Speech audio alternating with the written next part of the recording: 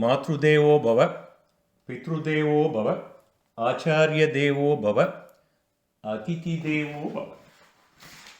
நம்ம அம்மா அப்பாவை நமஸ்காரம் பண்ணிட்டு, நம்ம அவ ஆச்சாரியனை நமஸ்காரம் பண்ணிட்டு, பகவானை நமஸ்காரம் பண்ணிட்டு, சச்சிதானந்த ரூபாய விஸ்வ உற்பத்தியாதி ஹேதவே தாபத்ரய விநாசாய ஸ்ரீகிருஷ்ணாய வயம் நமஹ. சம்சாரசாகரே மக்னம் தீனம் மாம் கருணாநிதே கர்மமோக கிரகீதாங்கம் மாமுத்தர பவார்ணவாத். நேற்றுக்கு சொன்ன மாதிரி முதல்ல நம்ம சரீரம் நன்னா இருந்தால் தான் நம்ம இந்த பாகவத கதையை சிரவணம் பண்ண முடியும், கீர்த்தனம் பண்ண முடியும். அதனால் சரீரத்தை எல்லாவித உபாதைகளிலிருந்து பகவான் நம்மளை காக்கணும். ஆத்மாக்காக ஆத்மா திருப்பி திருப்பி இந்த பிறவிக்கடலில் மூழ்கி திருப்பி திருப்பி இந்த சம்சார சுழற்சியிலிருந்து நமக்கு விடுதலை அளிக்கணும் அப்படின்னு சங்கல்பம் பண்ணிட்டு, நம்ம லோகம் க்ஷேமமாக இருக்கணும் இல்லையா அப்படின்னு நம்ம சங்கல்பம் பண்ணிட்டு நம்ம இன்றைய பாகவதத்துக்குள்ளே பிரவேசிப்போம். நம்ம ஒரு 8 நாளாக அனுதினம் பாகவதம் அப்படின்னு நம்ம ஸ்ரீமத் பாகவதத்தை வாசிச்சுட்டு வரோம். முதல்ல பாகவத மாஹாத்மியத்தை சப்தாகமாக 7 நாள் முடித்தோம். நேத்திலேருந்து பாகவதத்தில் முதல் ஸ்கந்தம் முதல் அத்தியாயம் நேத்திக்கு நம்ம வாசித்தோம். இன்னைக்கு முதல் ஸ்கந்தம் 2வது அத்தியாயத்துக்கு நம்ம போகிறோம். நம்ம போகிறதுக்கு முன்னாடி எப்போவுமே நம்ம பூர்வ கதை சங்கிரகம் பார்ப்போம் இல்லையா. பூர்வ கதையில் என்ன சொன்னோம்? நமக்கு எல்லாமே நம்மளுடைய மூலம் வேதம் தான் இல்லையா. நம்ம சனாதன மதமே வேதத்தை அடிப்படையாக கொண்டு வந்தது. நம்ம இங்கிலீஷ்காரன் சொல்லிட்டு போனால் Hinduism is a way of லைஃப்னா, நம்ம சொன்னோம் Hinduism is a Vedic way of life. இந்த போகிய பிரபஞ்சத்தை கொடுத்த பகவான் நமக்காக நம்ம எப்படி வாழணும்னு ஒரு வாழ்க்கை நெறி, அதுதான் அந்த வாழ்க்கை நெறி தான் அந்த வேதம். வேதத்தில் சொல்லப்பட்டது தர்மம், வேதத்தால் விலக்கப்பட்டது அதர்மம். ஸோ இது நம்ம வாழ்க்கை நெறிக்காக பகவான் கொடுத்துட்டு போயிருக்கார். அந்த வேதத்தை அப்படியே சாப்பிட்றதுக்கு, அதை அப்படியே புரிஞ்சுக்கிறதுக்கு, வெனைசே சாப்பிட்றதுக்குன்னா வேதம்ங்கிறது ஒரு கல்பக விருட்சம், அந்த மரம். அந்த மரத்தை அப்படியே சுவைக்க முடியாதுங்கிறதுக்காக வேதம் என்கின்ற கல்பக விருட்சத்திலிருந்து சுகபிரம்மம் என்கின்ற கிளி ருசி பார்த்து கொடுத்தது இந்த பாகவதம் அப்படின்னு பார்த்தோம். அதாவது வேதங்களை எழுதிய வேதவியாசர் அவரேதான் மகாபாரதம் என்கின்ற இதிகாசங்களையும் 18 புராணங்களையும் எழுதினார். இந்த இதிகாசங்களும் புராணங்களும் வேதத்தை விளக்க பிறந்தவை. அவரேதான் பிரம்மசூத்திரத்தையும் எழுதினார். அதாவது விரிவாக சொல்லப்பட்ட விஷயத்தை சுருக்கமாக ஒரே ஒரு லைன்ல, லைக் அஃபாரிசம்ஸ், அதுதான் சூத்திரம். பிரம்ம சூத்திரம்னா பிரம்மத்தை பற்றி கூறுகின்ற சூத்திரத்துக்கு பிரம்மசூத்திரம் அப்படின்னு பார்த்தோம்.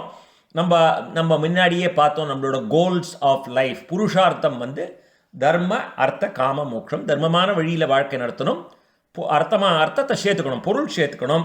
காமம் நம்மளோட சுகபோகங்களே தர்மமான வழியில் அனுபவிக்கணும். அதுக்கு பிறகு நம்ம எங்கேருந்து வந்தோமோ அங்கே போய் சேர வேண்டியது அறம், பொருள், இன்பம், வீடு, மோட்சம் இல்லையா. அதை நம்ம பார்த்தோம். அதை எப்படி நம்ம அதை அனுபவிக்கிறது, எப்படி நம்ம அதுக்கு உண்டான ஃப்ரேம் ஒர்க், லைக் நம்ம வாட் அண்ட் ஹவ். வாட்டுங்கிறது இந்த புருஷார்த்தம், ஹவுங்கிறதெல்லாம் நம்ம பார்த்தோம். அர்த்த பஞ்சகம்னு ஒரு ஃப்ரேம் ஒர்க் எடுத்துட்டோம். நம்ம யாருன்னு தெரிஞ்சுக்கணும், பரமாத்மா யாருன்னு தெரிஞ்சுக்கணும், அதை அடையிற வழி என்னன்னு தெரிஞ்சுக்கணும், அடைய விடாமல் என்ன தடுக்கிறதுன்னு தெரிஞ்சுக்கணும். எல்லாம் பண்ணாவிட்டு எப்படி இருக்கணும், ஆத்மஸ்வரூபம், பரமாத்மஸ்வரூபம், உபாயஸ்வரூபம், விரோதி ஸ்வரூபம், பிராபியஸ்வரூபம், இதெல்லாம் பார்த்தோம். இப்போ பிரம்மசூத்திரத்துலேருந்து 3 சூத்திரங்கள் ஜஸ்ட் ஹைலைட் பார்த்தோம். ஏன்னா இந்த ஜன்மாத்யஷயதகன் ஃபர்ஸ்ட் ஸ்லோகம் of Bhagavatam is nothing but the second Brahmasutra. So முதல்ல என்ன, அதாஹோ பிரம்ம ஜிக்ஞாசான்னு பார்த்தோம் இல்லையா. பிரம்மத்தை விசாரம் நாம் செய்தாக வேண்டும். பிரம்மம் என்னன்னு நம்ம விசாரம் பண்ணி தெரிஞ்சுக்கணும். முதல்ல that is our first thing. ஆத்ம விசாரம் பண்ணி பரமாத்ம விசாரம், ரைட். அடுத்தது பிரம்ம லக்ஷணம், பிரம்மன் எப்படி இருப்பார் அப்படிங்கிறதெல்லாம் பார்த்தோம். அவர் தான் படைத்தல், காத்தல், அழித்தல் எல்லாத்துக்கும் அவர் தான் காரணம் அப்படிங்கிற மாதிரி ஒரு சின்ன டெஃபனேஷன், த கேரக்டரிஸ்டிக்ஸ் ஆஃப் பிரம்மம் பார்த்தோம். அதுதான் இந்த ஜென்மாத்யஸ்ய யதஹ அப்படின்னு ஆரம்பிச்சது. அதில் 3வது சாஸ்திர யோனித்வான்னு, சாஸ்திரங்களின் மூலமாகத்தான் பகவானை அறிய முடியும் அப்படிங்கிறதையும் நேற்று பார்த்தோம் இல்லையா. அதாவது உபனிஷதங்கள் வேதங்களும் சாஸ்திரத்தை, அந்த சாஸ்திரத்தின் மூலமாகத்தான் நாம் பிரம்மத்தை உணர முடியும். அது நம்ம பாகவதத்தில் அது எங்கே வரும்னா, எப்படியுமே வேதங்களை கர்மகாண்டம் ஞானகாண்டம்னு 2ஆக பிரித்தோம்னா, அது கர்மகாண்டம் has got all the ritualistic side of the Vedas. ஞானகாண்டம் இஸ் தி அந்தம், that is the philosophical side. So that is வேதத்தோட கல்மினேஷன், அந்த கடைசியில் வரும் அந்த கல்மினேஷன் தான் வேதாந்தம். அந்த வேதாந்தம் வந்து நமக்கு எங்கே வரும்னா 11வது ஸ்கந்தத்தில் வரும். ஸோ அது கடைசியில், அது பாகவதத்துடைய மகுடம். நான் சொன்ன மாதிரி நேத்திக்கு முதல் 9 ஸ்கந்தம் is a preparation and it preparing us to listen. And then 10th ஸ்கந்தம் இஸ் ஆசிரியம். பகவான் ஆசிரியம் அடைவதற்கு முன்னாடி ஒரு போர்ட் மீட்டிங்க்கு போகிறோம்னா அந்த சிஇஓ போய் பார்க்கறதுக்கு முன்னாடி நம்ம என்னென்னலாம் தெரிஞ்சுக்கணும், நம்மளை ப்ரிப்பேர் பண்ணிக்கிறது, அதுதான் முதல் 9 ஸ்கந்தம். அப்புறம் பகவானை அடையிறது. இதுக்கப்புறம் வேதாந்தம் பகுதி. இந்த வேதாந்தம் பகுதியில் தான் நம்ம வந்து உத்தவ கீதை பார்க்க போகிறோம். நவயோகிகள்னு ஒருவா, இவா வந்து ரிஷவயோகீஸ்வரரோட பிள்ளைகள். கவி, ஹரி, அந்தரிக்ஷர், பிரபுத்தர், விபலாயனர், ஆவீர்ஹோத்தர், துருமிழர், சமச்சர், கரபாஜனர், இவெல்லாம் வந்து ஏகாதச ஸ்கந்தத்தில் வருவா. அவள் வந்து ஒவ்வொருத்தர் ஒரு மார்க்கத்தை நமக்கு எக்ஸ்பிளைன் பண்ணிட்டு போவா. ஒருத்தர் கர்ம மார்க்கம் எக்ஸ்பிளைன் பண்ணுவார், ஒருத்தர் பக்தி மார்க்கம் எக்ஸ்பிளைன் பண்ணுவார், ஒருத்தர் ஞான மார்க்கம் எக்ஸ்பிளைன் பண்ணுவார். ஒவ்வொருத்தர் ஒரு விதமாக அந்த வேதாந்தம் பகுதியை நமக்கு சிம்பிளாக அதை வந்து எக்ஸ்பிளைன் பண்ணிட்டு போவா. நம்ம வந்து பாகவதம் இதை பக்தி கிரந்தம். மெயினாக பக்தி ஞான வைராக்கியம் தான் பாகவதத்தோட சித்தாந்தம். முதல்ல பக்தி வந்தால் ஞானம் வரும், ஞானம் வந்தால் வைராக்கியம் வரும் அப்படிங்கிற மாதிரி அந்த ஸ்டேஜஸில் நம்ம போயிட்டு இருக்கோம். பக்தி தான் எல்லாத்துக்குமே முதல் படி. இதே தான் அந்த பிப்பலாயனர் வந்து ஏகாதச ஸ்கந்தத்தில் சொல்லுவார். இந்த மாதிரி இந்த பிரம்மத்தை தெரிஞ்சுக்கணுங்கிறையே, பிரம்மத்தை தெரிஞ்சுக்கிறதுக்கு லகுவான வழி வந்து பக்தி மார்க்கம் அப்படின்னு அந்த பிப்பலாயனர் அங்கே சொல்லுவார். எனிவே நம்ம வந்து இப்போ நேற்றுக்கு எங்கே கடைசியில் நம்ம விட்டோம், நைவிசாரண்யத்தில் சௌனகாதி மகரிஷிகள்லாம் வந்து சத்திரயாகம் பண்ணிட்டு இருக்கச்சு சூதபாணிகரை பார்த்து கேள்வி கேட்குறா. 6 கேள்விகள் சொல்லி நேற்றுக்கு முடித்தோம். இப்போ வந்து வியாசர் சொல்கிறார், இப்போ இது கைண்ட் ஆஃப் நேரேட்டிங். இங்கனம் இவாள்லாம் கேள்வி கேட்டு அதை கேட்டு மனம் மகிழ்ந்தவரான ரோமஹர்ஷ்ணரின் பிள்ளையான, ரோமஹர்ஷ்ணர் தான் வப்பான்னு சொன்னோம் இல்லையா நேற்றுக்கு சூதபாணிகருக்கு. சூதபாணிகருக்கு இன்னொரு பேர் உக்ரஸ்ரவஸ்னு. ஸோ அந்த ரோமஹர்ஷ்ணரின் புதல்வரான உக்ரஸ்ரவஸ் என்கின்ற சூதபாணிகர் இந்த சௌனகாதி மகரிஷிகளின் கேள்விகளை புகழ்ந்து மெச்சி மேலே சொல்ல தொடங்கினார். ஸோ அவள் கேள்விகள்லாம் நேற்றுக்கு முடிச்சிட்டோம். அதுதான் நேற்றுக்கு முழுக்க அதான் பண்ணோம் இல்லையா. அதை வந்து இவர் வந்து ரொம்ப நாளாக கேள்வி கேட்டீங்கப்பா நீங்கள், நான் இப்போ வந்து உங்களுக்கு அதெல்லாம் விஸ்தாரமாக நான் சொல்லிட்டு வரேன் அப்படின்னு சொல்லிட்டு சூதபாணிகர் ஆரம்பிக்கிறார். எம் பிரௌரஜந்தம் அனுபேதமபேத கிருத்தியம் தைபாயனோ விரகாதராஜுஹாவக புத்ரேதி தன்மயதையா தரவோபி நேதுஹோம் தம் சர்வபூத ஹிருதயம் முனிமானதோஸ்மி அப்படின்னு சூதர் ஆரம்பிக்கிறார். அவ கேள்வி கேட்டார் இல்லையா. இப்போ சூதர் ஆரம்பிக்கிறார். ஒருவரோடும் சேராது தனித்து இருப்பவரும் எந்தவித செயலும் அற்றவராக, கர்மங்களை ஒழித்தவராக. யாரை பற்றி சொல்றார் தெரியுமா? இங்க ஸ்ரீ சுகபிரம்மத்தை பற்றி சொல்றார். பற்று அனைத்தையும் துறந்து செல்லும் பொழுது அவருடைய பிரிவாற்றாமைக்கு அஞ்சி வியாச பகவன் குழந்தா என்று உரத்த குரலிலே அழைத்தார். இந்த ஸ்லோகத்தை நம்ம பாகவத மகாத்மியத்திலே பார்த்துட்டோம். அதாவது சுகபிரம்மம் வியாசருடைய புத்திரன். அவர் வந்து ஒரு மானிடன் மாதிரி பிறக்கலை, ஒரு தாயோட இதுலேருந்து பிரசவிச்சு வரல. அவர் ஒரு யாக குண்டத்திலேருந்து அப்படியே ஆவிர்வதிச்சார். பிறக்கச்சையே 16 வயது திகம்பரராக பிறந்து அப்படியே ஆத்த விட்டு கிளம்பிட்டார். பிறந்த உடனேயே பிரம்மனிஷ்டர். அவர் எல்லாமே பிரம்மமாக பார்க்கக்கூடியவர். அந்த மாதிரி இருக்கிறவர் கிளம்பிட்டார். இவர் புள்ள அப்படியே வந்தான் பிறந்தான் கிளம்பிட்டானேன்னு ஓடுறார். பின்னாடி குழந்தாய் குழந்தாயின்னு கத்தின்றே போறார். அப்போ அங்கே சுற்றி வர மரங்கள்லாம் இருக்கு இல்லையா, எல்லாமே பிரம்மம். அந்த மரங்களும் பிரம்மமாக இருப்பதால் சுகமயமாக எதிரொலித்தன.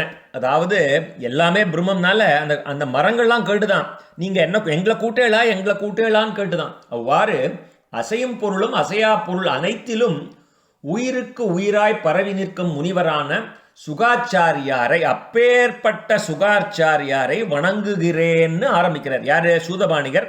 நம்மளாம் குருவை, நம்ம ஆச்சாரியனை முதல்ல நமஸ்காரம் பண்ணிட்டு நம்ம ஆரம்பிக்கிற மாதிரி அவரோட குருவான சுகாச்சாரியரை ஆரம்பிக்கிறார். அதுக்கு ஒரு சின்ன வியாக்கியானம் இங்கே கொடுத்துருக்கார். உலகில் உள்ள அசையும் பொருள்கள் அனைத்திலும் பிரம்மம் பரவியுள்ளது. அந்த பிரம்மத்தினுள் தான் அனைத்தும் அடங்கியது. அந்த பிரம்மமாகவே சுகர் ஆகிவிட்டபடினாலே அவர் சுக பிரம்மம். புரிஞ்சுதா? அவரது ஹிருதயத்திலே சராச்சரங்கள் அனைத்தும் பரவியுள்ளன. அதுபோல அவற்றின் ஊடேயும் ஸ்ரீசுகர் பரவியுள்ளார். மரங்களிலும் சுகர் பரவி இருப்பதால் குழந்தாய் என்று கூறும் பொழுது அப்பா கூப்பிட்டே இல்லையா, குழந்தை எங்கடா போறேன்னு கூப்பிடுச்சு, அந்த மரங்களும் ஏன் என்று பதில் கூறின. அவர் பிரம்மத்திலே ஒன்றிவிட்டதால் ஆத்மாவான பகவான் எல்லா பொருள்களிலும் வியாபித்திருக்கிறார். நான் பிரம்மமாக இருக்கிறேன் என்ற மகா வாக்கியத்துக்கு இணங்க தானே பிரம்மமாகவும் இருப்பதை உணர்ந்தார். முதல் ஸ்கந்தத்தில் 2வது அத்தியாயத்தில் 2வது ஸ்லோகம், அது 3வது ஸ்லோகம். யஸ்வானுபாவமகிலம் ஸ்ருதிசாரமேகம் அத்யாத்மதீபம் அதிதீர்ஷதாம் தமோந்தம் சம்சாரிணாம் கருணையாக புராண குக்யம் தம் வியாசசூனமுபயாமி குரும் முனீனாம். இதுக்கு அடுத்தது யாரை நமஸ்காரம் பண்றாருன்னு பார்ப்போம்.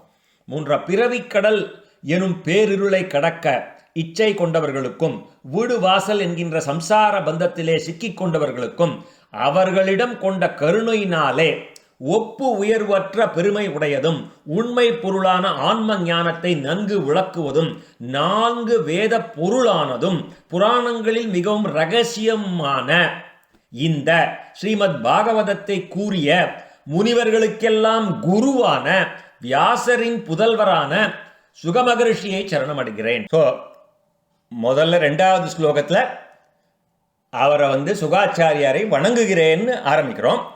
இந்த ஸ்வானுபாவம் அகிலம் இந்த 3வது ஸ்லோகத்தில் இப்பேற்பட்ட பாகவத கிரந்தத்தை உலகம் முழுக்க சொன்னவா அவளுக்கெல்லாம் குருவான வியாசரின் புத்திரனான ஸ்ரீ சுகபிரம்மத்தை சரணமடைகிறேன்னு இந்த 3வது ஸ்லோகம். 4வது ஸ்லோகம். நாராயண நமஸ்கிருத்ய நரஞ்சைவ நரோத்தமம் தேவீம் சரஸ்வதீம் வியாசம் ததோ ஜெயமுஜீரயேதே.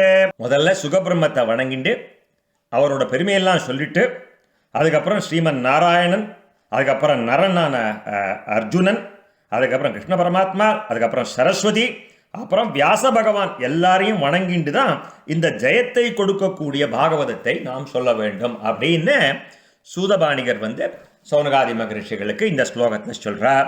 அடுத்தது 5வது ஸ்லோகம். இங்கே முனிவர்களே, ஸ்ரீ கிருஷ்ணனை பற்றி நீங்கள் கேட்ட உத்தமமான அந்த கேள்விகளினால் எனது மனம் மகிழ்கின்றது.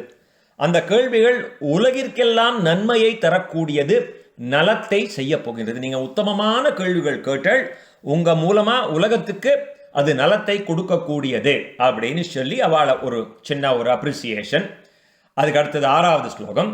மனிதன் செய்யும் மேலான கடமை ஒன்று உண்டு என்றால் அது எவ்வித பயனையும் எதிர்பார்க்காமல் பகவானிடம் பக்தி செலுத்துவது என்ற ஒரே நோக்குடன் தங்கு தடையில்லாமல் பக்தி செய்யப்பட வேண்டும். அப்படிப்பட்ட பக்தியினாலே மனம், இந்த அந்தராத்மான பகவான், அவனுடைய மனம் மகிழ்வு பெறுகிறது, மிகவும் திருப்தியையும் தெளிவையும் இது அடைகிறது. அதுதான் உயர்ந்த தர்மம். ஸோ ஆச்சாரியன் எல்லாரையும் நமஸ்காரம் பண்ணிட்டு அப்பேற்பட்ட ஜெயன் ஆனால் இந்த பாகவதத்தை சொல்கிறோம்.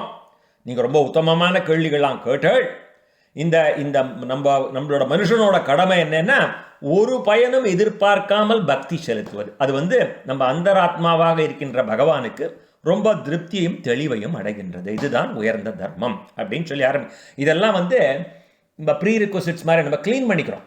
அங்கே போர்ச்சையே உள்ள நுழையச்சையே என் பொண்ணுக்கு கல்யாணம் ஆகணும், என் பையனுக்கு வேலை கிடைக்கணும் இல்லையா, நம்ம இது மாதிரி ஒரு நிறைய லிஸ்ட்டு போட்டுட்டு தான் அங்கே உள்ளே போவோம். அந்த மாதிரி பகவானை சேவிக்கிறதுக்கு முன்னாடி அவர் சொல்கிறார், நீ எல்லாம் இதெல்லாம் இவாளெல்லாம் நமஸ்காரம் பண்ணின்றோம், முதல்ல பண்ணிட்டோ எந்த ஒரு இதுவும் இல்லாமல் எந்த பயனும் எதிர்பார்க்காமல் நீ பக்தி பண்ணு. அப்போது 7வது ஸ்லோகம் என்னன்னா, பகவான் வாசுதேவனிடம் செய்யப்படும் இந்த பக்தி யோகம் உலகியல் பொருள்களில் பற்றற்ற தன்மையை அளிக்கும், தர்க்கங்களுக்கு எட்டாத உயரிய பிரம்ம ஞானத்தை அது கொடுக்கும். ஸோ இந்த காமியார்த்தமா பண்ற பக்தி இல்லை, அதுதான் அந்த 7வதுல கிளியரா சொல்றார். உலகியல் பொருள்களில் பற்றற்ற தன்மையை, அந்த வைராக்கியத்தை, இந்த பக்தி பண்ணி பண்ணி பண்ணி ஒரு நமக்கு புத்தி வருது, அந்த ஞானம் வந்தா விட்டு ஒரு விவேகம் வருது, அந்த விவேகம் வந்த உடனே ஒரு வைராக்கியம் வருது இல்லையா. இதனால் தர்க்கங்களுக்கு எட்டாத உயரிய பிரம்ம ஞானத்தை அது அளிக்கும். பக்திக்காக பக்தி பண்றது, அதான் கோபிகைகள்டேருந்து நம்ம கற்றுக்க போறோம். they are the epitome of பக்தி. பக்திக்காக பக்தி பண்றது, நான் காமியார்த்தமா பண்ணாத எனக்கு அந்த வேலை வேணும் இந்த வேலை வேணும், அது எனக்கு பொண்ணு கல்யாணம் ஆகணும்னு பண்ணாம பக்திக்காக பண்ணி வைராக்கியம் கடைசியில் என்ன வருங்கிறார், உயரிய பிரம்ம ஞானமே நமக்கு கிடைக்கும். பிரம்மத்தை முதல்ல பார்த்தோம் இல்லையா, நம்ம பர்பஸ் அர்த்த பஞ்சகத்தில் நம்ம ஆத்மா யாருன்னு தெரிஞ்சுக்கணும், பரமாத்மா யாருன்னு. அந்த பிரம்ம ஞானம் இது மாதிரி பண்ணிகிட்டே இருந்தால் நமக்கு பிரம்மத்தை நாம் உணரலாம், பிரம்மத்தை நாம் அறியலாம். அப்புறம் விவேகானந்தர் கேட்ட மாதிரி நம்ம அங்கங்கே போய் எனக்கு கடவுளை பார்த்துருக்கியான்னு கேட்க வேண்டாம். அந்த ஞானம் நமக்கே வந்துடும். ரைட்? ஸோ அடுத்தது 8வது ஸ்லோகம். வர்ணாசிரம நெறிகளை தவறாது மனப்பூர்வமாக செய்து வருபவருக்கு பகவானுடைய சரித்திரங்களை கேட்பதில் ஆசை ஏற்படவில்லை என்றால் அவர் செய்து வந்த வினைகள் எல்லாம் வெறும் வினைகளே ஆகும். இது ஒரு ரொம்ப நல்ல பாயிண்ட். இது வர்ணாசிரம நெறினா என்ன? ஒரு வைசியன் வியாபாரம் பண்ணணும், ஒரு க்ஷத்ரியன் நாட்டை காப்பாற்றணும், ஒரு பிராமணன் வேதங்களை படிக்கணும், வேத சம்ரக்ஷணம் பண்ணணும் இல்லையா, வேத அத்தியனம் பண்ணணும். இதெல்லாம் இருக்குது. இதெல்லாம் தவறாது எல்லாம் செய்பவருக்கு இதெல்லாம் என்ன பண்ணுறவன் பகவானுடைய சரித்திரங்களை கேட்பதில் அவனுக்கு ஆசை இல்லைன்னா அது அதெல்லாம் ஒரு வெத்து காரியம் மாதிரி. அதாவது எந்த காரியம் பண்ணாலுமே அது பகவானுடைய காரியமாக நம்ம செஞ்சோமானா அந்த பகவான் மேலே ஒரு ஆட்டோமேட்டிக்காக அந்த இன்ட்ரெஸ்ட் வரும். இந்த கபீர்தாசர் கதை சொல்லுவா. அவர் ஆற்றுல வாசலில் புல் வெட்டின்னு இருந்தாராம். யாரோ கேட்டாலாம், என்ன கபீர் நீங்கள் போய் புல் வெட்டுறேன்னு. அவர் உடனே சொன்னாராம், நான் வெட்டலப்பா, Rama is cutting this grass அப்படின்னாராம். எல்லாமே நம்ம என்ன பண்ணாலுமே நான் பண்ணலப்பா, நான் கர்மானுஷ்டானம் பண்ணாலும் கடனேன்னு நான் ஜலம் விடுறேன். ஆத்மார்த்தமாக, அதாவது மனது வாக்கு செய்கை ஈடுபாடு இல்லாமல், ஒரு ஈடுபாடு இல்லாமல் பண்ணேன்னா அது அவனுக்கு அவனுக்கு எப்படி பகவத் பக்தி வரும்? அந்த மாதிரி இருக்கிறவன் அது வெறும் வீணே அப்படிங்கிறது இந்த ஸ்லோகம். 9வது ஸ்லோகம். மோட்சமாகின்ற வீடு பேறு பெறுவதற்குரிய லட்சியம் ஒரு குறிக்கோள், பணம் சம்பாதிப்பதில்லை இல்லையா. அந்த தர்மத்தின் குறிக்கோள் வீடு பேரே அன்றி பணம் சேர்ப்பது அல்ல.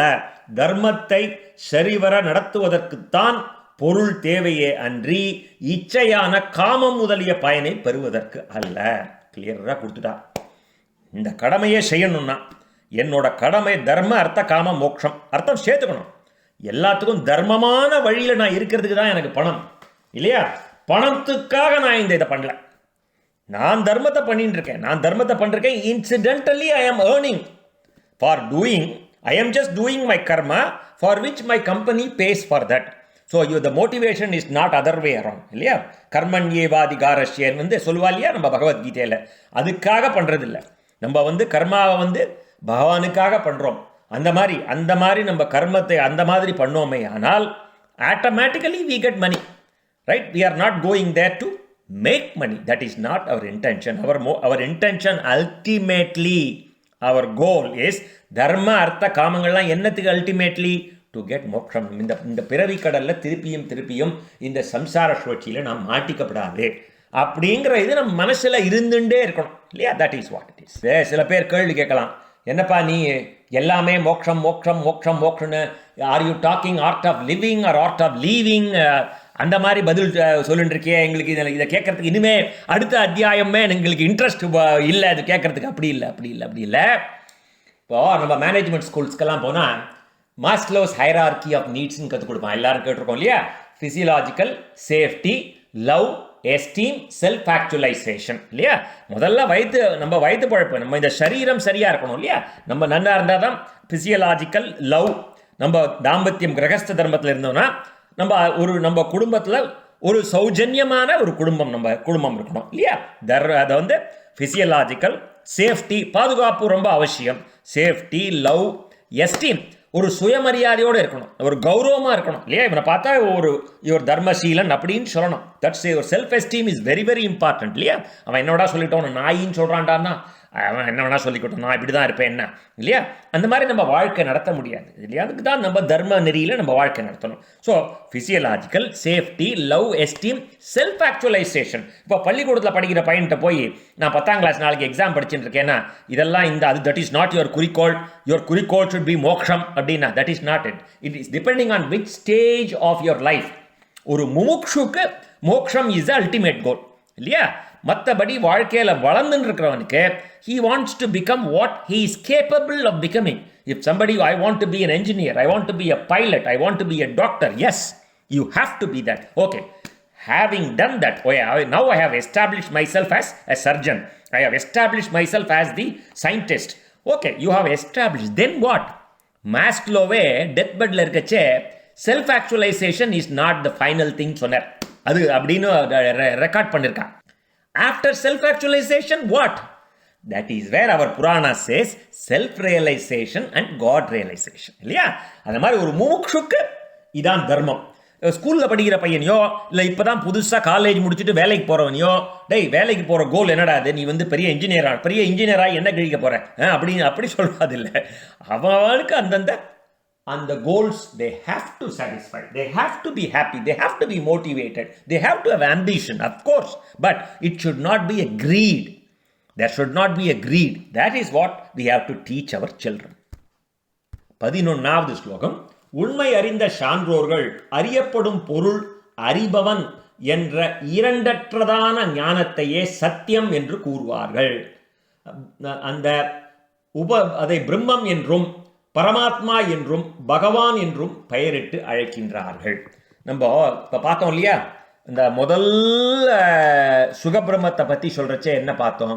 அசையும் பொருளும் அசையா பொருள் அனைத்திலும் பிரம்மம் பரவியுள்ளது. இந்த ஒரு உதாரணம் சொல்லுவா. ஒரு குயவன் வந்து பானை பண்ணுறான் இல்லையா, அதில் அதில் 3 காரணம் சொல்வா. நிமித்த காரணம், உபாதான காரணம், சககாரி காரணம் அப்படின்னு சொல்வா. அதை எக்ஸ்பிளைன் பண்ணுறச்சே நிமித்த காரணம் அந்த குயவன் அதை பண்ணுறவன் இல்லையா. இந்த உபாதான காரணம் அதுக்கு உண்டான களிமண், அதுக்கு என்னென்னலாம் வேணுமோ, ஒரு பானை பண்ணுறதுக்கு என்னென்ன இன்க்ரெடியன்ஸ் எல்லாம் வேணுமோ அது உபாதான காரணம். சககாரி காரணம் அந்த வீல், அதுக்கு என்னென்ன உபகரணங்கள் to make it, that is a software and a hardwareங்கிற மாதிரி the one which is helping us, right, to make that part, that is Sahakari காரணம். ஸோ இந்த எப்படி நிமித்த காரணம்ங்கிறது அந்த குயவன், உபாதான காரணம்ங்கிறது அந்த மண், சககாரி காரணம்ங்கிறது அந்த வீல். ஆனால் நம்ம பிரம்மம் எப்படி இருக்குன்னா, இந்த 3மே பிரம்மம் அப்படின்னு நம்ம இங்கே இந்த ஸ்லோகம் மூலமாக அவ சொல்லிட்டு வரா. இதே தான் முன்னாடி பார்த்தோம். உண்மை அறிந்த சான்றோர்கள் இவை எல்லாம் ஒன்றே, அது எல்லாமே பரமாத்மா என்று பெயரிட்டு அழைப்பார்கள். பிரபஞ்சமாகவும் பகவான் தான் இருக்கிறார். பிரபஞ்சத்துக்குள்ள அந்தர்யாமியா அவ தான் இருக்கார் இல்லையா. படைத்தவரும் அவரே, படைக்கப்படும் பொருளும் அவரே, படைப்பதற்கு உண்டான என்னென்ன இதெல்லாம் இருக்கும் அந்த சக்தியும் அவரே, 3ம் அவரே. இதை பற்றி விஸ்தாரமாக அத்வைதத்தில் என்ன சொல்லிருக்கா, விசிஷ்டாத்வைதத்தில் என்ன சொல்லிருக்காங்கிறதெல்லாம் பின்னாடி பார்க்கலாம். நம்மளை பொறுத்த வரைக்கும் சர்வம் பிரம்மமயம். That is what it is, right? That is, even if you classified as ஜீவாத்மா and பரமாத்மா, ஜீவாத்மாவிற்குள்ளும் அந்தர்யாமியாக இந்த பரமாத்மா தான் இருக்கார் அப்படிங்கிறத ஞாபகம் வச்சுக்கணும். இந்த பிரபஞ்சம் பிரம்மம். இந்த பிரபஞ்சம் ஒன்றும் இல்லைப்பா, this is a material world, this is மாயை அப்படின்னு சொன்னால் கூட அந்த பிரபஞ்சத்தை ஒருத்தன் இயக்கிறான் இல்லையா, அந்த பிரபஞ்சத்தை இயக்கிறதுனால தானே அப்பப்போ காத்தால 6 மணிக்கு 6:30 மணிக்கு சூரியன் உதிக்கிறது, சாயங்காலம் சூரியன் அஸ்தமிக்கிறது, சந்திரன் வருது, எல்லாம் காலத்தில் எல்லாம் பேலன்ஸ்டாக இருக்கு இல்லையா. ஒரே தரியா பூகம்பமோ ஒரே தரியா எரிமலை வெடிக்கிறதோ அதெல்லாம் இல்லை. அப்பப்போ தேர் சம் இம்பேலன்ஸ். இந்த அண்டத்தில் இருக்கிறதா இந்த பிண்டத்தில் இருக்கிறதுன்னு சொல்லுவார். நம்ம சரீரம் மாதிரி தான், எல்லாமே பஞ்சபூதங்களினால் ஆனது. எல்லாமே when you go out of balance இல்லையா. நம்ம டாக்டர்கிட்ட போனால் உனக்கு பித்தம் ஜாஸ்தியாக இருக்குது, இல்லைனா உனக்கு வாயு ஜாஸ்தியாக இருக்குங்கிற மாதிரி நம்ம எங்கேயா போய் எதையா சாப்பிட்டு வந்துடுவோம். அப்புறம் அது ஹார்ட் பர்ன் வரும், அது வரும். என்ன, நம்மளே தான் அந்த உபாதையை வரவழைச்சுக்கிறோம் இல்லையா முக்காவாசி. அதனால என்ன ஆகுது, இம்பேலன்ஸ் வருது. பட் இம்பேலன்ஸ் இல்லைன்னா நம்ம சரீரமே ஒரு மிராக்கிள். இதை ஒருத்தம் படைச்சதுக்கானால நம்ம இங்கே இருக்கோம். அந்த அளவு நம்ம ஞாபகம் வச்சுக்கணும், அவ்வளவுதான். அதுக்கு மேலே we can go in detail as we go to Vedantam in the 11th ஸ்கந்தம். ஸோ 12வது ஸ்லோகம். ஸ்ரத்தையான ஈடுபாட்டோடு கூடிய மகரிஷிகள் பகவானை பற்றிய சாஸ்திரங்களை தெளிந்து கேட்பதனால் அவர்கள் பெற்ற அறிவு, பற்றற்ற தன்மை, அந்த வைராகியம் ஆகியவற்றோடு கூடிய பக்தியினாலே பகவானாகிய மெய்ப்பொருளை, அந்த பரதத்துவை தாங்களாகவே தங்களது ஆன்மாவில் காண்கின்றார்கள். அது மகரிஷிகள்லாம் at a higher level of consciousness. Yeah? They are at a different level of consciousness. There is elevated souls, enlightened beings சொல்லுவா இல்லையா. அந்த மாதிரி அவளால் அவளுக்கு அந்த வைராக்கியம் இருக்கு, அவளால் பார்க்க முடியாது இல்லையா. ஆகையால் 13வது ஸ்லோகம். ஆகையால் அந்தண சிரேஷ்டர்களே, மாந்தர்கள் தத்தம் குலம், வர்ணாசிரமம் இவற்றுக்கு தக்கவாறு தங்களுக்கென்று வகுக்கப்பட்ட கடமைகளை சிறிதும் பிறழாது சரிவர செய்து வருவானே ஆகில் அந்த தர்மமே, அந்த ஒன்று போருண்டா, பகவான் ஆகிய ஸ்ரீ ஹரியின் மகிழ்ச்சியை அடையச் செய்துவிடும். நாம் நமது கடமையை சரிவர செய்து வருவதன் நோக்கம் பகவானை மகிழ்ச்சி அடைய செய்வதே அன்றி வேறு பயன் இல்லை. சொன்னோம் இல்லையா? நான் பண்ணலப்பா, இது அவர் தான் பண்றார், அவர் தான் பண்றாருன்னா நமக்கு கர்மாவே ஒட்டாது. அதாவது ஒரு காரியம் பண்றச்சே நான் பண்றேன் நான் அங்க போய் பேசினேன், இந்த மாநாட்டில் பேசினேன், நான் பேசலப்பா, பகவான் பேசினார். பகவான் தான் அந்தர்யாமியாக இருந்து இது சொல்ல வைக்கிறார், பகவான் தான் அந்தர்யாமியாக இருந்து இதை கேட்கிறார்.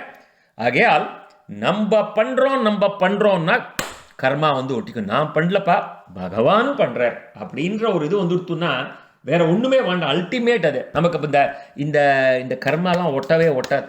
அடுத்தது 14. ஆகையாலே மனதை சலனமின்றி ஒருநிலைப்படுத்தி பக்தர்களுக்கு அன்பான பகவானை எப்பொழுதும் துதிக்க வேண்டும், அவரது சரித்திரங்களை கேட்க வேண்டும், அவரது உருவத்தை தியானம் செய்ய வேண்டும், அவரது திருவடிகளிலே அதற்கு பூஜனை புரிய வேண்டும். இதெல்லாம் எப்படி அந்த பக்தி எப்படி பண்றதுன்னு ஒரு ஸ்டெப்பாக இங்கே சொல்லிட்டு வரா. இவ்வாறு நிரந்தரமான பகவத் தியானம் என்கின்ற வாழ் கொண்டு அறிஞர்கள் மனத்தில் உள்ள கர்ம முடிச்சை அறுத்து எறிகிறார்கள். அவ்வாறு இருக்க அந்த முகுந்தனுடைய கதையை கேட்பதில் யாருக்குத்தான் ஆசை இருக்காது? அவ்வளவுதான். இந்த கர்ம முடிச்சை அவுக்கிறதுக்கு ரொம்ப ஈஸியான வழி. கர்மமே ஒட்டாது. பிராப்த கர்மா வந்துடுத்தோ, போன ஜென்மத்தில் பண்ண வந்துடுத்தோ, சஞ்சித கர்மா அதுக்கு முன்னாடி பண்ண ஜென்மத்திலலாம் வந்துடுத்தோ, மூட்டை மூட்டையாக சேர்த்துட்டோம். அட்லீஸ்ட்டு இந்த ஜென்மத்தில் நம்ம கர்மாவை சேர்த்துக்காத இருக்கணும்னா நான் பண்ணுறேன் பண்ணாது. நான் பண்ணலப்பா, இந்த டம்ளரில் தண்ணி பிடிக்கிறேன், நான் பிடிக்கலப்பா, பகவான் பண்ணுறேன், அந்த பகவானுடைய இதுக்காக பண்ணையானா இந்த இந்த அந்த அந்த எண்ணத்திலேயே எப்பயும் இருந்தியானா கர்ம முடிச்ச ரொம்ப சுலபமாக எடுத்துடலாம் அப்படின்னு சொல்கிறாங்க. சரியா? 16வது ஸ்லோகம். அந்தன பெரியோர்களே, புண்ணிய நதிகளிலே நீராடுவதால் சான்றோர்களின் தரிசனம், இந்த சாது சங்கம் கிடைக்கிறது. சாதுக்களின் நட்பினாலே அறநெறிகளில் ஈடுபாடு உண்டாகும். அதன் பின் பகவானுடைய கல்யாண குணங்களை கேட்பதில் விருப்பம் ஏற்படும். பின்பு பகவானது கதைகளை கேட்பதில் நம்பிக்கை பிறக்கும். நேத்திக்கு பார்த்தோம் இல்லையா? அந்த ஓட்டையுள்ள ஒரு கூடை தானா அந்த அழுக்கெல்லாம் எடுக்கிறது. அந்த பகவானுடைய கதைகளை காதல சிரவணம் பண்ண பண்ண பண்ண பண்ண அந்த மனசு கிளீன் ஆகிட்டே இருக்கு. நம்ம அறியாமையே அது கிளீன் ஆகிட்டே இருக்கு. அதுக்கப்புறம் ஸ்லோலி நமக்கு அது அந்த ப்ராசஸ் மேலே ஒரு நம்பிக்கை வருது இல்லையா? இப்போ நம்ம அதை இன்டென்ஷனலாக பண்ணலைன்னா கூட அந்த ப்ராசஸ், அந்த நம்பிக்கை வந்துடுறது. இந்த மாதிரி பண்ணிகிட்டே இருந்தோம்னா, பகவானோட கதையை கேட்டு நம்ம இந்த லெவலுக்கு வந்துட்டோமே, இப்போ எல்லாம் புரியறதே. நம்ம இப்போ ஒரு 4 வருஷத்துக்கு முன்னாடி புரியாத விஷயங்கள்லாம் இப்போ புரியறதேன்னா அப்போ மனசு தெளிவாக இருக்குன்னு அர்த்தம், வேற ஒன்றும் இல்லை இல்லையா? ஸோ 17, 18 பகவானது திருவிளையாடுகளை கேட்பதாலும் சொல்வதாலும் மனிதர்கள் தூய்மை பெறுகிறார்கள். அவரோ பக்தர்களின் நண்பன். தமது கதைகளை கேட்போர்களின் உள்ளத்திலே பகவான் அமர்ந்து அங்கு மண்டி கிடக்கும் காமம் முதலிய குற்றங்களை களைந்து ஒழுகிறார். எல்லாம் சொல்றார். இதில் 17, 18 ஸ்லோகத்தில் நாம சொல்லல. வியாசர். யார் வியாசர்? சாட்சாத் பகவானுடைய அவதாரம். வியாசாய விஷ்ணு ரூபாய. நம்ம விரும்ப வாசிக்கிறோம் இது, அவ்வளவுதான். நம்ம சொல்லலை. பாகவதர்களை தினமும் வணங்குவதாலும் ஸ்ரீமத் பாகவதத்தை பாராயணம் செய்வதாலும் காமம் முதலிய பாவங்கள் அழிந்து பெரும் புகழ் படைத்த பகவானிடத்திலே அசைவற்ற நிலையான பக்தி உண்டாகிறது. இதெல்லாம் ரொம்ப செல்ஃப் எக்ஸ்பிளனேட்டரி. இதெல்லாம் பாகவத மகாத்மியத்தில் நம்ம நிறைய தரம் பார்த்துட்டோம். அது பாத்ம புராணத்தில் பாகவத மகாத்மியம் சொல்லிருக்கு. இது பாகவதத்துக்குள்ளேயே பாகவதத்தை சொல்லிருக்கு. இது எப்படி பாகவதத்துக்குள்ளே படிக்கச்சே பாகவதத்தை இவர் சொன்னார், இவர் அவருக்கு சொன்னார், அவர் இவருக்கு சொன்னார். அது பாகவதத்துக்குள்ளேயே இவர் பாகவதம் சொன்னார்னா that is how it is, right? So அந்த மாதிரி இந்த பாகவதம் மகாத்மியம் பாத்ம புராணத்தில் சொல்லிருக்குன்னு பார்த்தோம், ஸ்காந்தத்துலையும் சொல்லியிருக்கேன். அந்த மாதிரி பாகவதத்துக்குள்ளேயே பாகவத மகாத்மியம் சொல்லிருக்கு. அதை தான் நம்ம இப்போ பார்த்துட்டு இருக்கோம். இப்போ 19வது ஸ்லோகம். 19வது ஸ்லோகத்தை என்ன சொல்கிறான்னா, நம்ம எல்லாருக்குமே ரஜோகுணம் இருக்குது, தமோ குணம் இருக்குது இல்லையா? அதாவது ரஜோகுணம் இருந்தால் தான் அது ஜாஸ்தியானதான் பிரச்சனையே. இப்போது நம்ம எப்போவுமே சாத்விக் குணத்தில் இருக்க முடியாது, சத்துவ குணத்தோடயே இருக்க முடியாது. சத்துவ குணத்திலே இருந்தோம்னா பாகவதம் படிக்கிறோம், சத் சங்கத்தில் இருக்கோம். இது சத்துவ குணம். ரஜோகுணம்ங்கிறது என்ன? நம்ம கொஞ்சம் ஈகோ விடுறது, இல்லை அந்த ஈகோ ஜாஸ்தியான ரஜோகுணம் தாங்கிட்டுனா நம்ம இம்பேலன்ஸ் ஆகிடுறோம். இப்போது வேலைக்கு போகிறோம், சில சமயம் நம்ம கீழே இருக்கிறவன்ட்ட வேலை வாங்கணும்னா கொஞ்சம் ரஜோகுணம் தேவைப்படுறது. அது ஜாஸ்தியாக போனால் தான் ஏண்டா பண்ணல அந்த மாதிரி போகிறச்சே தான் அப்போ நம்ம வந்து வி லூஸ் அவர் பேலன்ஸ். அதே மாதிரி ஒரு நாளைக்கு 6 மணி நேரத்துலேருந்து 8 மணி நேரம் தூங்கணும்னு இருக்கு. நம்ம 10 மணி நேரம் தூங்கினோம்னா என்ன ஆகுது? தமோ குணம் ஜாஸ்தியாகிறது. எல்லார்கிட்டையுமே சத்வகுணம், ரஜோகுணம், தமோ குணம் 3 இருக்கு. அதில் எது ஓங்கி இருக்கணும்? சத்வகுணம் ஓங்கி இருக்கணும். அதனால இவ என்ன சொல்றா, இந்த ரஜோகுணம் தமோகுணம் இதனால உண்டாகின்ற காமம், லோபம், இதனால மனம் கெடாம இருக்கணும்னா சத்துவமூர்த்தியான பகவானிடத்தில் ஒன்றுபட்டு இருக்க வேண்டும். அதனால பகவான் நினச்சிட்டே இருந்தால் அது ஆட்டோமேட்டிக்காக க்ளீன் ஆகிட்டே வரும். That's what it is. இவ்வாறு பகவானிடம் செய்யும் பக்தி யோகத்தால் மனம் தெளிவடைந்து உலகியல் ஆசைகளை ஒழித்த ஒருவனுக்கு அந்த பகவானுடைய உண்மையான ஸ்வரூப ஞானம் தானாகவே ஏற்படுகிறது. 20வது ஸ்லோகம் அண்டர்லைன் பண்ணிக்கோ. நான் அண்டர்லைன் பண்ணிக்கோங்கன்னு சொன்னேன்னா அது எனக்கு பிடிச்ச ஸ்லோகம். அது உங்களுக்கு பிடிச்ச ஸ்லோகமாக இருந்தாலும் நீங்கள் அண்டர்லைன் பண்ணிக்கோ, அவ்வளவுதான். அதாவது இங்கே என்ன சொல்கிறா, இவ்வாறு பகவானிடம் செய்யும் பக்தி யோகத்தால் நம்ம we should know the difference between பக்தி அண்ட் பக்தி யோகம். நம்ம கோவிலுக்கு போய் பூ வாங்கிட்டு போகிறோம், அர்ச்சனை பண்ணுறோம், கீழே விழுந்து சேவிக்கிறோம், பிரதட்சணம் பண்ணுறோம், அதெல்லாம் ஓகே, அது பக்தி, ரைட்? என் பையனுக்கு கல்யாணம் ஆகணும், அந்த மாதிரி காமியார்த்தமாக பண்ணுற பக்தி நிறையா இருக்குது. முக்கால்வாசி நம்ம காமியார்த்தமாக பண்ணோம், அது ஒன்றும் தவிர்க்க முடியாது. நம்ம மானிடனாக பிறந்தாச்சு, அந்த அட்டாச்மெண்ட்லாம் இருக்குது. அந்த அட்டாச்மெண்ட்லேருந்து ஒரு ஸ்டேஜ் வந்தால் விட்டு எத்தனை நாளைக்குடா நீ அட்டாச்மெண்ட்டோடையே இருக்க போகிற? இந்த பஜகோவிந்தத்துலேருந்து ஏற்றி கொண்டு சொன்னோம் இல்லையா, அவர் வந்து ஒரு விஐபி இருந்தார். அந்த காலத்தில் நான் ஏர்போர்ட்டுக்கு போனேன், நேரு வந்தார், அவரோட ஃபோட்டோ எடுத்துட்டேன், சிவாஜி கணேசன் வந்தார், அவரோட ஃபோட்டோ எடுத்துட்டேன், அந்த ஃபோட்டோவில் விழுந்தேன், இந்த ஃபோட்டோவில் விழுந்தேன், ஜெயராம சர்மா சொல்லுவார் கதையில். அந்த மாதிரி இப்போ 80 வயசு ஆகிடுச்சடா, நீ வெறுமை நிக்கர்ச்சையே கீழே விழுறியடா, இப்போயாவது ஆத்மாவை பற்றி தெரிஞ்சுக்கூடா, இப்போயாவது அந்த முக்திக்கு வழி தேடு இல்லையா, அதான் சொல்கிறான். அந்த மாதிரி இந்த பக்தி யோகத்தில் வந்து பக்தி யோகம், பக்தியை யோகமாக பண்ணணும்னா பக்திக்காக பக்தி பண்ணணும் இல்லையா, நமக்காக பக்தி பண்ணல, நம்ம காரியார்த்துக்காக நிஷ்காமியமாக, காமியார்த்தமாக இல்லை, நிஷ்காமியம் பக்திக்காக. I am just do I love you because I love you. பகவானுக்கே பல்லாண்டு பாடினார் பெரியாழ்வார்.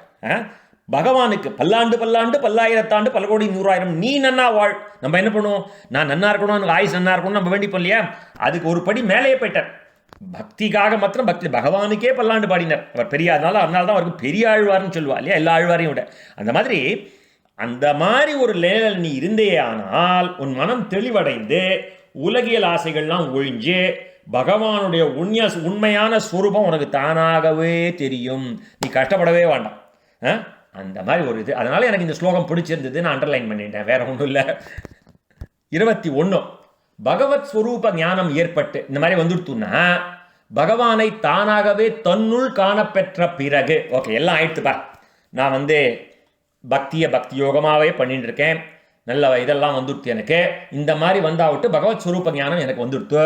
இந்த பகவத் ஸ்வரூப ஞானம் ஏற்பட்டு பகவானை தானாகவே தன்னுள் காணப்பெற்ற பிறகு மனதில் உள்ள உலகியல் கட்டுக்கள் தானாகவே அவிழ்ந்து விடும், ஐயங்கள் அனைத்தும் சிதறி போகும், முன்வினை பயன்கள் அழிந்து போகும், மற்ற நம் காமங்கள் மாற்றேலோ ரம்பாவாங்கிற மாதிரி அடிச்சு ஸ்டாம்ப் அடிக்கிறார். 21வது ஸ்லோகம் அண்டர்லைன் பண்ணிங்கோ. இதெல்லாம் வியாசர் சொல்றார், வியாசாய விஷ்ணு ரூபாய பகவான் உவாச்ச மாதிரி. இது இவந்தோ சூதபாணிகர் சௌனகாதி மகரிஷிகளுக்கு இதெல்லாம் சொல்லிட்டு வர்றார் இல்லையா. இதான் பார்த்துட்டு வரோம். சௌனகாதி மகரிஷிகள் ஒரு 6 கேள்வி கேட்டா இல்லையா, மனுஷனா பிறந்தவனுக்கு சிரேஷ கொடுக்கக்கூடிய மார்க்கம் எது, இதெல்லாம் தான் வரிசையா அதுக்கு விடை தான்.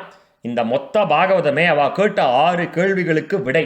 இப்போ அந்த விடை தான் சொல்லிட்டு வர்றார், எப்படி பக்தி பண்ணணும் என்ன.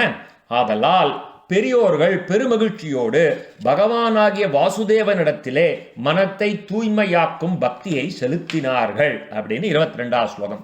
23 சத்வம் ரஜஸ் தமஸ் என்ற முக்குணங்களும் பிரகிருதியான மாயையின் குணங்கள். இம்முக்குணங்களையும் ஏற்று பரம்பொருளான பகவான் ஒருவரே. இவ்வுலகில் ஆக்கல் அழித்தல் எல்லாம் அவர் தான் பண்றார் இல்லையா. அழித்தல் 3 இல்லையா, சிருஷ்டி ஸ்திதி சம்ஹாரம் ஆகியவற்றின் பொருட்டு பிரம்மா விஷ்ணு சிவன் என்ற பெயர்களை ஏற்கின்றார்.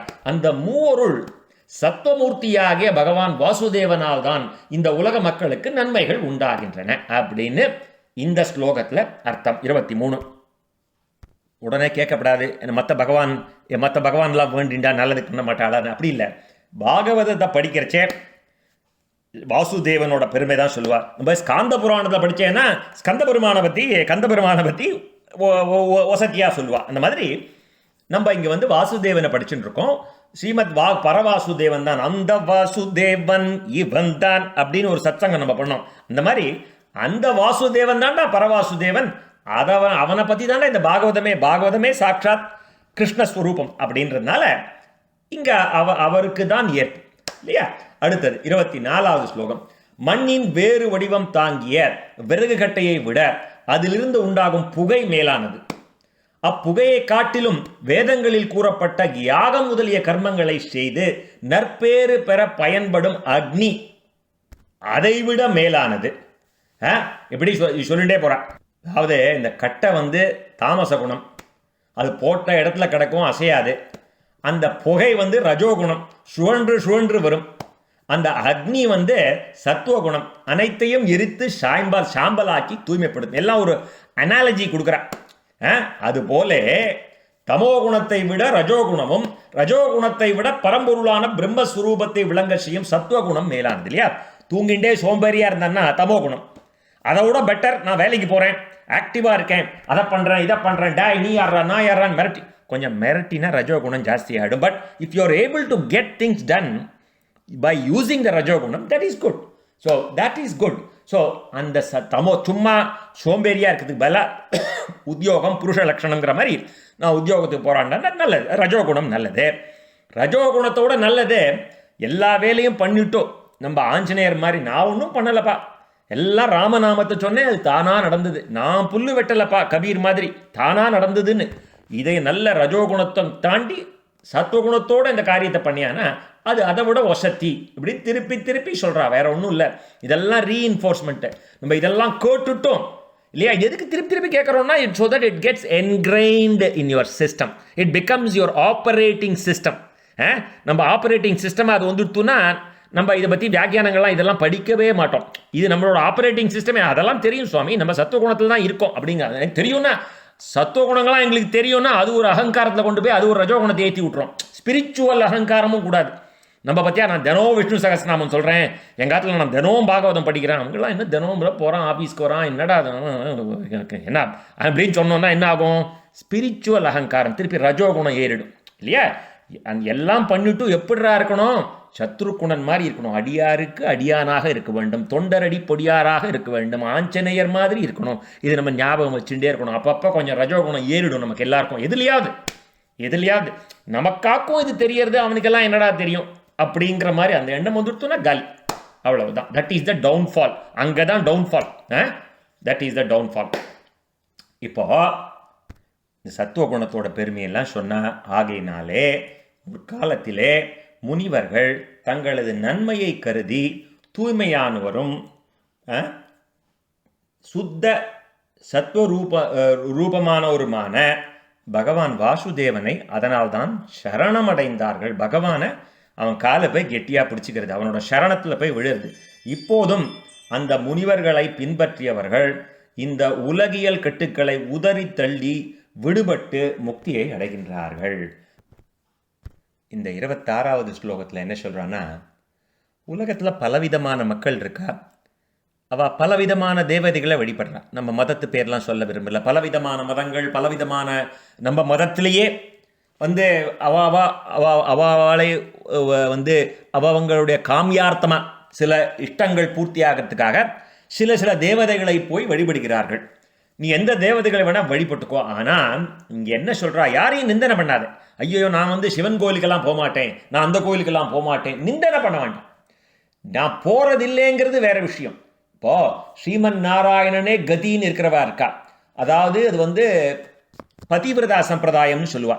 நான் அவர்கிட்ட போயாச்சு, அதனால எனக்கு வேற கோயிலுக்கு போக வேண்டிய அவசியம் இல்லை அப்படிங்கிறது பரவாயில்ல. 27 இயல்பாகவே ரஜோகுணம் தமோகுணம் கொண்டவர்கள் பொருள், ஆளுமை, மக்கட் செல்வம் ஆகியவற்றை விரும்பி தங்களை போன்று ரஜோகுணம் தமோகுணம் மேலிட்ட பித்ருக்கள், பூதங்கள், பிரஜாபதிகள் ஆகியோர்களை வழிபடுகின்றார்கள். ஏற்கனவே பார்த்துட்டோம், அது ரிடண்டன்ட்டாக இருக்கு. இருந்தாலும் அவள் ஏதோ ஒரு காரணத்துக்காக சொல்கிறான். நான் சொன்னது தான் திருப்பி சொல்கிறாவா, அதே நான் சொல்கிறது இல்லை, வியாசர் சொன்னதையே திருப்பி இன்னொருத்தன் சொல்கிறேன், வேறு மாதிரி சொல்கிறேன் புரிஞ்சுக்கிறதுக்காக இல்லையா. அதனால் மறைகள் யாவும் வாசுதேவனான பகவானை பற்றியவைகள் நாராயண பரோ ஜோதி ஆத்மா நாராயண பரக நாராயண பரபிரம்ம தத்துவம் நாராயண பரக அப்படின்னு சொல்லுவா இல்லையா? அந்த மாதிரி மறைகள் தான் யாரு? வேதங்கள். வேதங்கள் யாவும் வாசுதேவனான பகவானை பற்றியவைகள். யாகங்களும் பகவானையே சார்ந்தவைகள். அதான் யாகோவை விஷ்ணு யக்ஞோவை விஷ்ணுன்னு சொல்லுவோம் இல்லையா? அந்த யோக சாஸ்திரங்களும் அப்படியே. கர்மங்களும் வாசுதேவனை அடைவதையே பயனாக கொண்டவை. இதெல்லாம் அப்படி வாசுதேவனோட இம்பார்ட்டன்ஸை சொல்கிற ஸ்லோகங்கள் இல்லையா? நீ மற்ற காமியார்த்தமாக ஏதாவது போகணுன்னா நீ சிவன்கிட்ட போனேன்னா ஆசுதோஷின்னு இல்லையா? அவர் ஏதாவது ஒன்றா டக்குன்னு கொடுத்துருவார். அப்புறம் தான் யோஜனை பண்ணுவார். நீ அவன் என்ன கேட்டாலும் கொடுத்துருவார். அந்த மாதிரி அவள்லாம் என்ன வேணா கொடுத்துருவாடா. உலகையில் இன்பங்கள் ஏதாவது வேணும், அவர் நீ குறித்து தபஸ் பண்ணு. பிரம்மாவை குறித்து தபஸ் பண்ணி இவன் போய் இரண்யகசிபு வரன் வாங்கிட்டு வந்தானே, மனிதனாலும் இவனாலும் உள்ளேயும் வெளியேயும் அந்த மாதிரியெல்லாம் வாங்கிட்டு வந்துடலாம். அப்புறம் நம்ம நாராயணன் தான் மண்டையை உடச்சிக்கணும், அவனை எப்படா வதம் பண்ணுறதுன்னு. அந்த மாதிரி ஆசுதோஷி மாதிரி நிறைய இந்த மாதிரியும் இருக்கு. ஆனால் உனக்கு முக்தி வேணும்னா நீ மறைகள் யாவும் வாசுதேவன் தான் பரம் அப்படின்னு சொல்றது. அறிவு நல்கும் அறநெறி நூல்கள் அனைத்துமே வாசுதேவனையே கூறுகின்றன. தவத்தின் பயனும் வாசுதேவனே, தர்மமும் வாசுதேவனையே சார்ந்தது, அடையப்பட வேண்டியவனும் வாசுதேவனே அப்படின்னு வாசுதேவனோட பெருமையை இங்க சொல்லிட்டு வரா.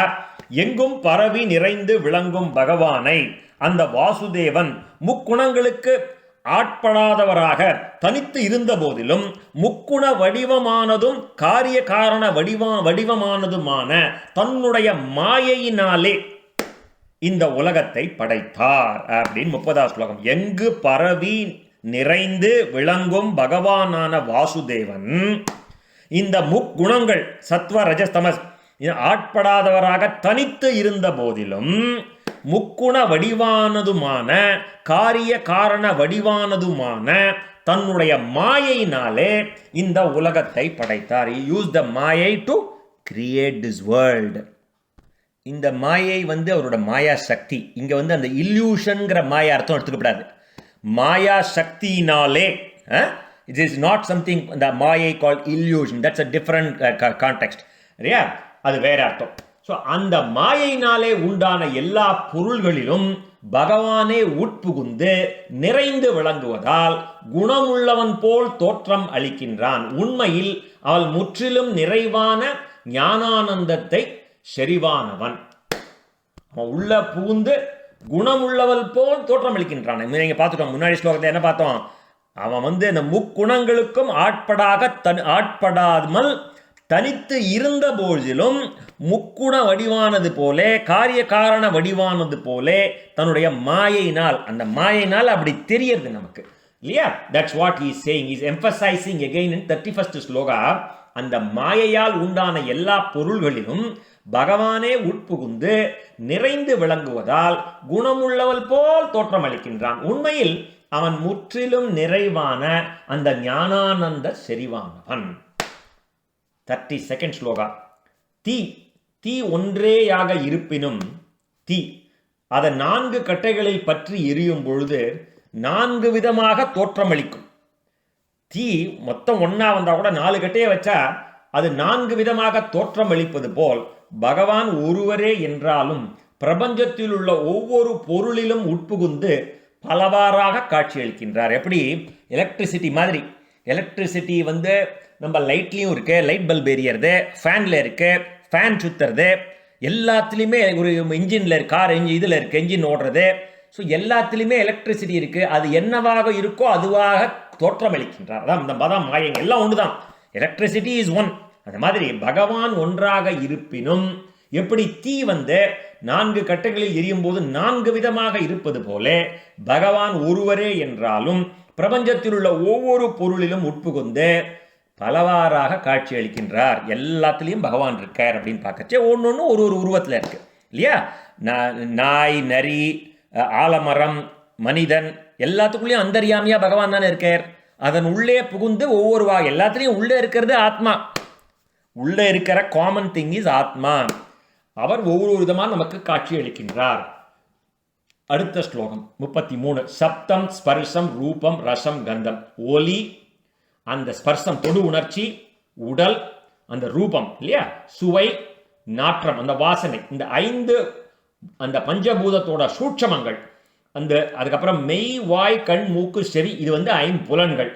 இந்த இந்த மனம், இந்த முக்குணங்கள், இவைகளை கொண்டு தன்னால் படைக்கப்பட்ட இந்த இந்த இதெல்லாம் ஒன்று சப்த ஸ்பர்ச ரூப ரச கந்தம் இதை சொல்லி, இதுக்கப்புறம் மை, வாய், கண், மூக்கு, செவி அதெல்லாம் சொல்லி, அதோட மனத்தை சேர்த்து இவைகளை கொண்டு இந்த இடத்துல இவ்வளோதான் கலவை.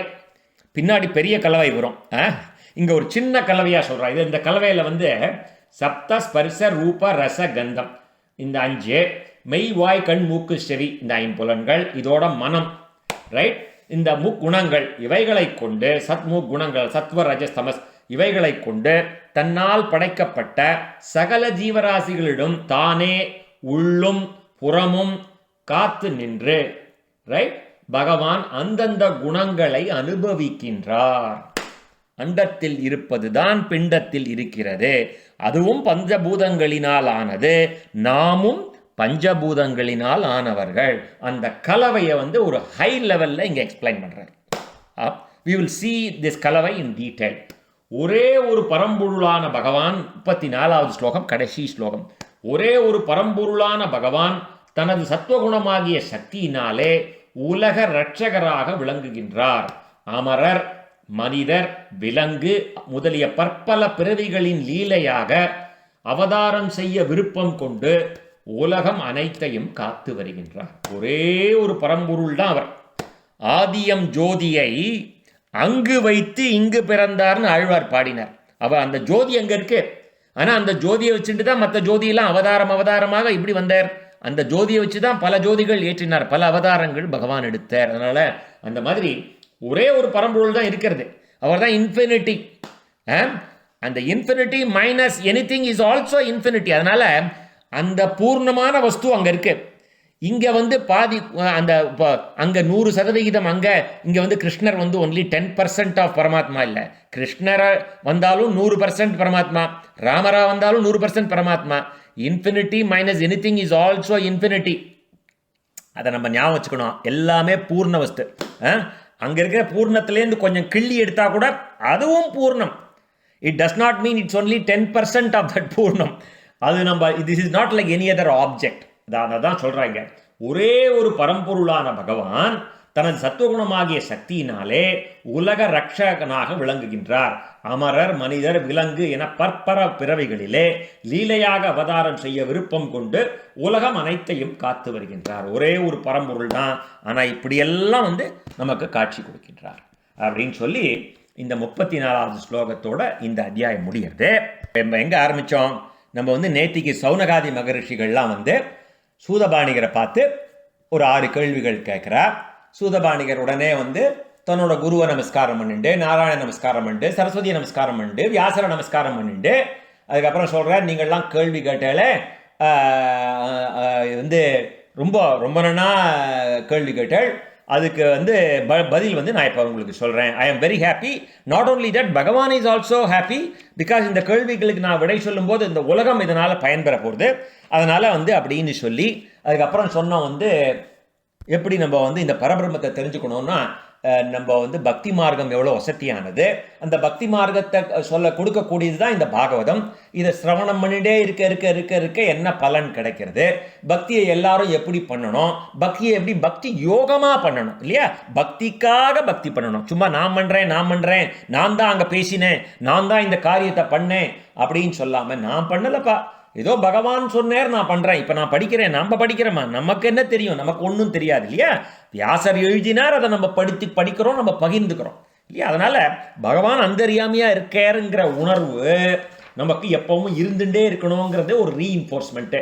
எப்படி பகவான் வந்து இந்த சத்வகுணம், ரஜோகுணம், தமோகுணம் இதெல்லாம் வச்சுட்டு இந்த மாயை மூலமாக, இந்த மாயா சக்தி மூலமாக இந்த பிரபஞ்சத்தை படைக்கின்றார். நம்ம எல்லாருக்குமே இந்த சத்துவகுணம், ரஜோகுணம், தமோகுணம் இருக்கு.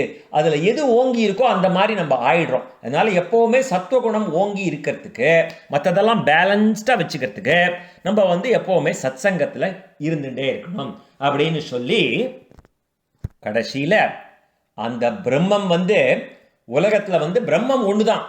ஆனால் அது எந்த பொருளில் இருக்கோ, அந்த 4 கட்டையை வச்சு நீ நெருப்பு ஏற்றினியானா அந்த 4 கட்டை அந்த தீ என்னவோ ஒன்று தான், ஆனால் அது 4 விதமாக எரியறது இல்லையா, காட்சி கொடுக்கறது. அந்த மாதிரி பகவான் ஆத்மா அந்தர்யாமியாக மனுஷன்ட்ட இருக்கார், மிருகத்தில் இருக்கார், செடியில் இருக்கார். அது எல்லாத்துலேயுமே உள்ளே இருக்கிற ஆத்மா ஒன்று தான், ஆனால் வெளியில் இருக்கிற தோற்றம் தான்டா வேற.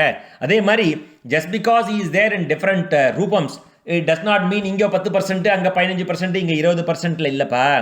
ஆதியம் ஜோதியே அங்கு வைத்து இங்கே பிறந்தான்னா அங்கேயும் ஒரு பூர்ண வஸ்து, இங்கேயும் ஒரு பூர்ண வஸ்து அப்படின்னு சொல்லி இந்த எப்படி பகவான் விதவிதமாக அவதாரம் பண்ணி இந்த லோகத்தை ரட்சிக்கிறார் அப்படின்னு சொல்லி நம்ம இதை முடிச்சுட்டோம். இதுக்கு நடுவில் ஸ்ரீமன் நாராயணனோட பெருமைகள் நிறையா பார்த்தோம். பக்தி மார்க்கத்தில் எப்படி மற்ற தேவதைகள்லாம் ஈஸியாக ப்ளீஸ் பண்ணிடலாம். நம்ம சொன்னோம் இல்லையா, ஆசுதோஷின்னு சில காமியார்த்தமாக சில விஷயங்களை சுலபமாக சில தேவதைகளை வழிபடுறதுனால நமக்கு கிடைச்சுடுறது. ஆனால் நீ உனக்கு முக்தி வேணும் அப்படின்னா ஸ்ரீமன் நாராயணனை நீ வழிபட வேண்டும் அப்படின்னு ஒரு ஹிண்ட்டு ஒன்று வியாசர் இதில் கொடுக்குறார். இதோட இன்னைக்கு அத்தியாயத்தை இங்கே நம்ம நிறைவு செய்கிறோம். யதக்ஷரபதப்ருஷ்டம் மாத்ராஹீனம் து யத் பவேத் தத் சர்வம் க்ஷம்யதாம் தேவ நாராயண நமோஸ்து தே. நாம சங்கீர்த்தனம் யஸ்ய சர்வ பாப பிரணாசனம் பிரணாமோ துக்க சமனஹாசம் தம் நமாமி ஹரிம் பரம். ஸ்ரீஹரயே நமஹ, ஸ்ரீஹரயே நமஹ, ஸ்ரீஹரயே நமஹ. கோபிகா ஜீவனஸ்மரணம். கோவிந்தா கோவிந்தா.